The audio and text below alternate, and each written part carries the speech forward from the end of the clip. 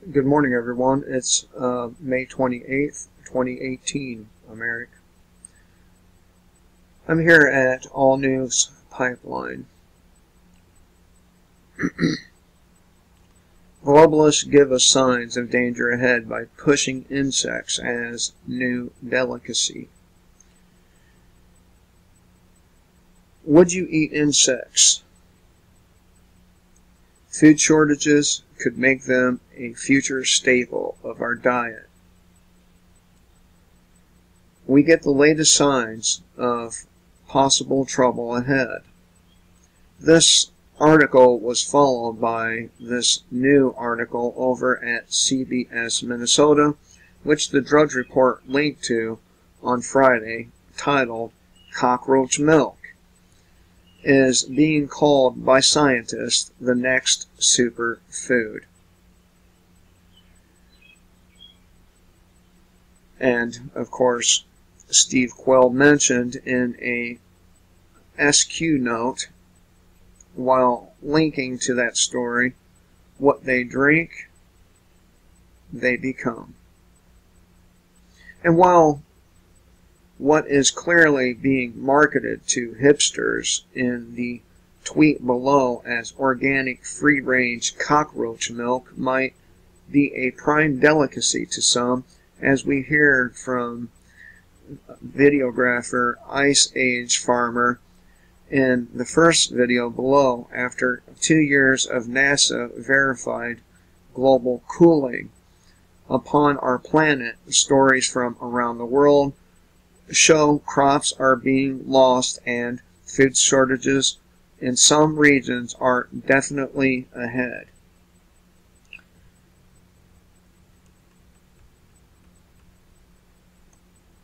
As our videographer reports, between volcanic eruptions all across the Ring of Fire and authorities in Hawaii now confirming the possible tsunami event that the independent media has been warning about, was a very real possibility in the worst case scenario there.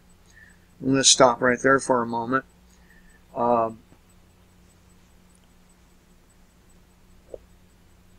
We should probably expect two things if that volcano really erupts. Really erupts. It's really erupting now, but I'm talking about a large-scale eruption. We should expect the earthquake California is expecting, and we should also expect it to have a major effect on Yellowstone. Now, it's not just me saying that. Other people who are more qualified than myself to comment on volcanoes have also said the same thing. If Yellowstone goes, we're talking about, major devastation planet-wide. The blast radius would be about 100 miles in diameter, and that would be totally destroyed, totally wiped out. And then, of course, you'd have the ash and other things spreading globally, and it would, of course, block out the sun. Many of the places in this country have already seen record rainfall. Many of the places in this country are already seeing record drought. The northern portion of this country and the southern portion of Canada had a snow much later than it usually happens. And of course, this made it so they could not plant crops at that time. And it was time to plant the crops. And there's so much going on. So much.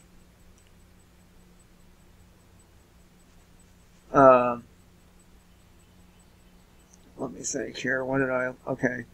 As our videographer reports between volcanic eruptions all across the Ring of Fire and authorities in Hawaii now confirming the possible tsunami event that the independent media has been warning was a very real possibility in a worst-case scenario there.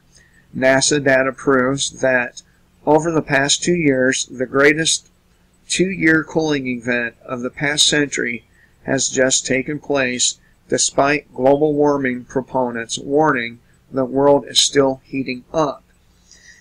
As this article over at Investors Business Daily asks, is NASA itself now a climate change denier after their data proved global temperatures between February of 2016 and February of 2018 dropped by 0.56 degrees Celsius, bringing the global average temperatures below the average of the 1980s. Their article also asks why this news isn't getting any attention at all from the mainstream media.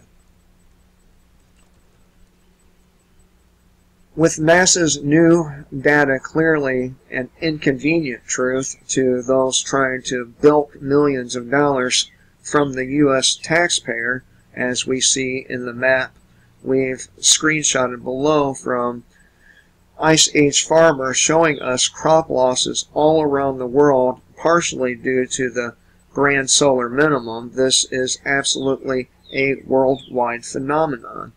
The wording on top of the map: modern agriculture is at risk due to cylindrical changes in our sun's output that drive climate change on our planet. This page tracks crop losses to the grand solar minimum, hailstorms, flooding, drought, early, late frosts. And I've been talking about this crop loss for a little while.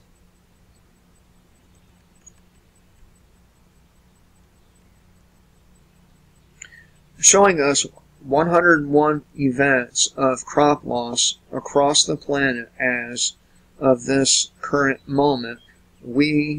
As we report on AMP back on May 9th, according to industry insiders, food prices were expected to skyrocket, partially due to the extremely cold and very long winter experienced by huge parts of the U.S., making it difficult to impossible for some farmers to even get their crops into the ground, as we'd asked in this April 7th AMP article. Is full-scale weather warfare, including global famine.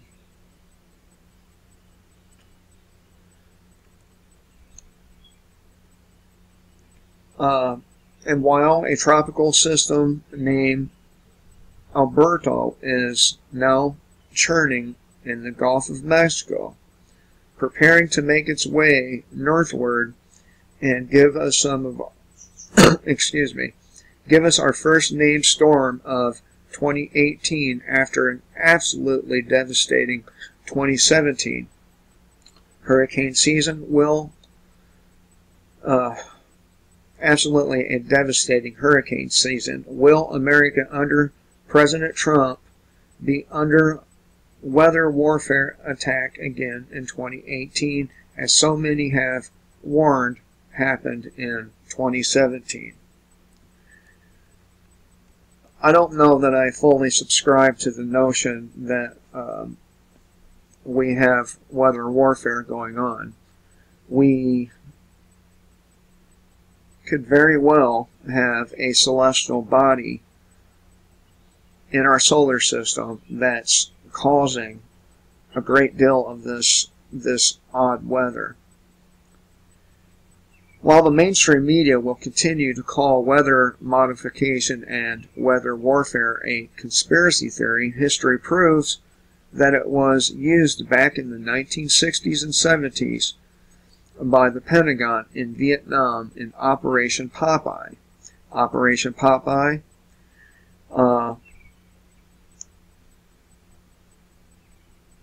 They put that shit in parentheses. I can't find the end of it.